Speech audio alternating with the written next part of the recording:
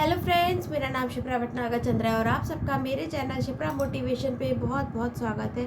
आज एक और इंटरेस्टिंग स्टोरी पे बात करेंगे जिसका नाम है दो भाइयों का मतभेद। तो फ्रेंड्स, ये कहानी शुरू होती है, एक आदमी हॉस्पिटल में पड़ा होता है और उसको अचानक बहुत दिनों के बाद एक अच्छी नींद आती है और अचानक से उसको याद आता है कि अरे वो तो हॉस्पिटल में एडमिट है। आँख खुलने के बाद, घंटी बजाने के बाद नर्स आती है उनके कमरे में और वो उनसे पूछते हैं कि क्या कोई मुझसे मिलने आया था। तो उसने नर्स ने कहा नहीं, कोई भी नहीं आया था। तो नर्स ने उनसे पूछा अब आपको कैसा लग रहा है। उसने कहा प्रचंड बोर, मतलब मुझे बहुत ज़्यादा ना बोरियत हो रही है, मुझे बिल्कुल अच्छा फील नहीं हो रहा है। नर्स बोली होगा ही, आपसे कोई मिलने ही नहीं आता है। मैंने देख रही हूँ 3 दिन से आप एडमिट हो और ना कोई आपके, ऐसा भी क्या सब लोग बिजी हैं कि अपना कोई हॉस्पिटल में एडमिट है, आपसे कोई ना मिलने आता है, ना बात करने आता है, ना कोई फ़ोन ना मैसेज। ये बातें नर्स ने बोल तो दी, लेकिन बाद में उसको एहसास हुआ कि उसकी बातों से पेशेंट थोड़ा बेचैन हो रहा है। तो वो बोली सॉरी सॉरी, और उसका बीपी चेक करते हुए उसने 2-3 बार सॉरी बोला और कमरे से बाहर निकल गई। और साथ में ये भी बोला कि मेरा इरादा आपको दुख पहुंचाने का नहीं था, लेकिन पता नहीं ऐसे ख्याल आया कि आप तब से 3 दिन से हॉस्पिटल में अकेले पड़े हो, कोई आपको देखने भी नहीं आया। और उस नर्स के जाते ही सारी बातें दिमाग में घूमने लगी कि मैंने अपने घर वालों के साथ कैसा व्यवहार किया, अपने भाई के साथ कैसा व्यवहार किया, और मिस्टर शर्मा जी अपनी पुरानी यादों में खो गए। नर्स तो ऐसा कुछ बोल के चली गई थी, लेकिन अब ये सारी बातें शर्मा जी के दिमाग में घूम रही थी और वापस से उन्होंने सोचा कि चलो मैं एक काम करता हूँ, अपनी पत्नी को फ़ोन करता हूँ। उसने अपनी वाइफ को जैसे ही फ़ोन किया, वाइफ ने फ़ोन काट दिया कि अभी डिस्टर्ब मत करो, मैं सो रही हूँ, बाद में बात करेंगे। फिर उसने सोचा चलो बेटे को फ़ोन मिलाता हूँ, लेकिन जिस बेटे को उसने जवानी में कभी समय नहीं दिया, उस बेटे से अब बुढ़ापे में उम्मीद करना तो उनके लिए बिल्कुल हिम्मत ही नहीं पड़ी कि फ़ोन करा जाए। भाई को फ़ोन करने का याद आया तो उनको याद आ गया कि किस तरीके से उन्होंने अपने भाई को धोखाधड़ी दी, किस तरीके से उनकी सारी संपत्ति लूट ली, और ऐसा करके वो अपनी पुरानी यादों में खो गए।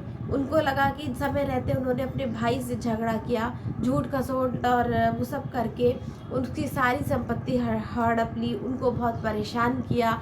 और आज उनके पास एक अच्छा बैंक बैलेंस, 3 गाड़ी, इतना बड़ा बंगला, सब कुछ होने के बाद भी जीवन में कहीं ना कहीं बहुत बड़ा खालीपन उनको कचोट रहा है।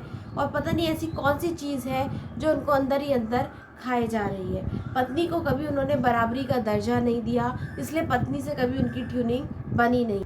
हमेशा उससे डिस्टेंस मेंटेन करके चलते थे और बात बात पे अपनी पत्नी को झिड़कते रहते थे। तो अब पत्नी भी, उनसे अब कोई खास अटैचमेंट था नहीं और कभी उन्होंने बराबरी का दर्जा पत्नी को दिया नहीं था, तो पत्नी से भी उनकी बॉन्डिंग नहीं हो पाई।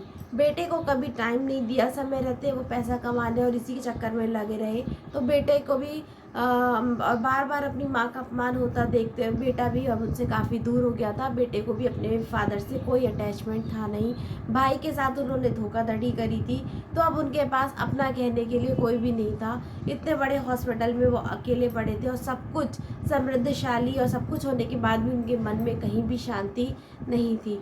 जब उनके दिल पर ये बोझ उनसे सहा नहीं गया, तो उन्होंने वापस से अपने भाई का नंबर, जिससे 3 साल पहले लड़ाई हो गई थी, अपना नंबर डायल किया।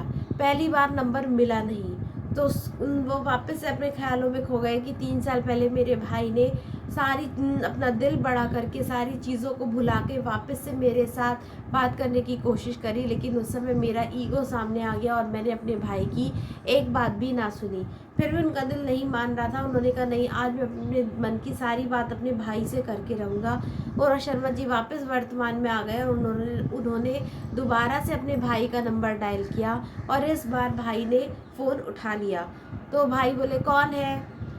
भाई ने आवाज़ सुनते ही फ़ोन काटने ही वाले थे, बोले भैया मैं बोल रहा हूँ। तो भाई ने भी सामने से बोला हाँ क्या बोलना है, जो भी बोलो शॉर्ट में बोलो, स्पष्ट बोलो और come to the point, point पे आओ, मुझे ज़्यादा बात करने का तुमसे कोई शौक़ नहीं है, इतना टाइम नहीं है हमारे पास। तो उसने कहा भैया मैं हॉस्पिटल में हूँ, मेरी तबीयत ख़राब हो गई है, जो हुआ उसके लिए मुझे माफ़ कर दो, मैंने आपका दिल दुखाया, आपकी संपत्ति छीन ली, आपके साथ धोखाधड़ी करी और मुझे बिल्कुल अच्छा फील नहीं हो रहा है। तो भाई ने कहा कि भाई तुम्हें जो भी करना है मुद्दे की बात पे आओ, नहीं तो हम फ़ोन रखें, फालतू की बातों के लिए हम तुम्हें टाइम नहीं दे सकते। भाई क्या आप मुझे माफ़ नहीं कर सकते, इधर से शर्मा जी बोल रहे थे। भाई बेमन से उसकी बात में हाँ में ला रहा था। हाँ ठीक है, जो हुआ चलो भूल जाओ, हो गया, सब ठीक हो गया, आप फ़ोन रखो, हमारे पास टाइम नहीं है। तो भाई 2 मिनट रुक जाओ, मुझे तुमसे बात करनी है, मैं हॉस्पिटल में हूँ 3 दिन से, लेकिन ब्लड प्रेशर बढ़ गया था और कोई भी मेरे साथ बात करने के लिए नहीं है। आज मेरा मन बहुत भारी है और आज मुझे किसी अपने की ज़रूरत है। भाई क्या हम पुरानी बातें भुलाकर वापस से एक नहीं हो सकते? भाई आप फिर से दिल बड़ा कर लो, सारी बातें भुला दो और हम वापस से एक हो जाएंगे। भाई ने कहा कि तुमने अभी तक देखो, अगर तुम्हारा हो गया तो बताओ, हम फ़ोन रखें, नहीं तो जो भी तुम्हें बोलना है स्पष्ट बोलो, हमें तुम्हारी बात अब समझ नहीं आ रही और हमें तुम में अब कोई इंटरेस्ट नहीं है। उसने कहा भाई मैं चाहता हूँ कि आप हॉस्पिटल आ जाओ मिलने के लिए और हम वापस से एक होना चाहते हैं, मुझे आपकी बहुत ज़रूरत है, आज मुझे आपकी बहुत याद आ रही है। और ऐसा सुन के शर्मा जी के भाई ने फ़ोन रख दिया, बोले चल छोटे अपना ध्यान रखना, चलो देखते हैं। और ऐसा करके उन्होंने फ़ोन कट कर दिया। थोड़ी देर में उन्होंने देखा कि नर्स एक कागज़ की पुड़िया में कुछ लेके आई और उससे बड़ी सौंधी सौंधी खुशबू आ रही थी। शर्मा जी ने जैसे ही कागज़ की पुड़िया खोली तो उसमें भुनी हुई मूंगफलियाँ थी, जो शर्मा जी को बहुत पसंद थी। बचपन में उनके भाई उनके लिए लेकर आया करते थे। अब शर्मा जी के चेहरे पे हंसी आ गई और मुस्कुराहट आ गई और उन्होंने चहकते हुए पूछा, क्या भाई आए हैं, बड़े भाई आए हैं? तो एक दूसरे का, हाँ छोटे, तू बुलाता तो मैं कैसे नहीं आता, जब तूने ऐसा बोला तो मेरे से रहा नहीं गया और रास्ते में भुनी हुई मूंगफली मिल रही थी, मुझे तेरी याद आ गई कि कैसे तू बड़े शौक से चाव से भुनी हुई मूंगफलियाँ खाता था, और तो मैंने थोड़ा सा पुड़िया में बंधवा ली और जल्दी से आनन फानन में मैं तेरे से मिलने के लिए चला आया। भाई को देखकर उनकी आंखों से आंसू बहने लगे और उन्होंने झट से अपने भाई को गले लगा लिया और भाई उतने ही प्रेम से उनको मूंगफली छील छील के खिला रहे थे जैसे बचपन में खिलाते थे।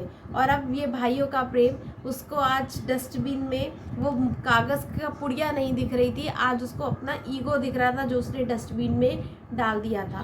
फ्रेंड्स, अक्सर ऐसा ही होता है कि हम अपनी लोभ लालसा और अपने स्वभाव के चलते इतने सेल्फिश हो जाते हैं कि लोग हमें पसंद करना बंद कर देते हैं और हम अपनों से ही दूर हो जाते हैं।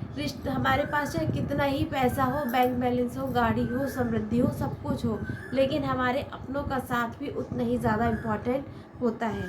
इसलिए हमें अपने अपनों का ध्यान रखना चाहिए, टाइम रहते उनकी केयर करनी चाहिए और कभी भी किसी अपने को चीट नहीं करना चाहिए। तो यही इस कहानी का मॉरल था। आई होप आपको स्टोरी अच्छी लगी होगी और वापस से भाइयों का प्रेम जाग गया, सारे गिले शिकवे दूर हो गए और वो लोग आपस में मिलकर ठीक हो गए और शर्मा जी का इस बार ब्लड प्रेशर भी बिल्कुल नॉर्मल आया।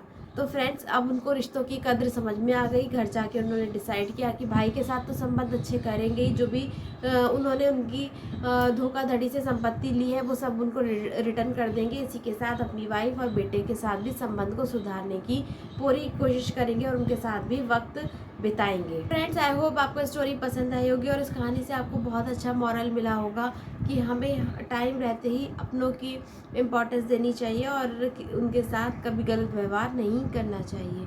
इससे क्या होता है, कभी हमारे मन में भारीपन नहीं आएगा और हम हंसी खुशी अपने जीवन को अच्छे से एंजॉय करेंगे और जब हम डेथ बेड पर भी होंगे तो एक सुकून के साथ मरेंगे कि हाँ, हमने कभी किसी के साथ गलत नहीं किया। तो आई होप आपको ये स्टोरी पसंद आई होगी। अगर पसंद आए तो प्लीज़ इसको लाइक कीजिए, चैनल पे नए हैं तो सब्सक्राइब कीजिए, अपने फ्रेंड्स फैमिली के साथ शेयर कीजिए। तब तक हम मिलते हैं अपनी नेक्स्ट स्टोरी में, तब तक के लिए गुड बाय।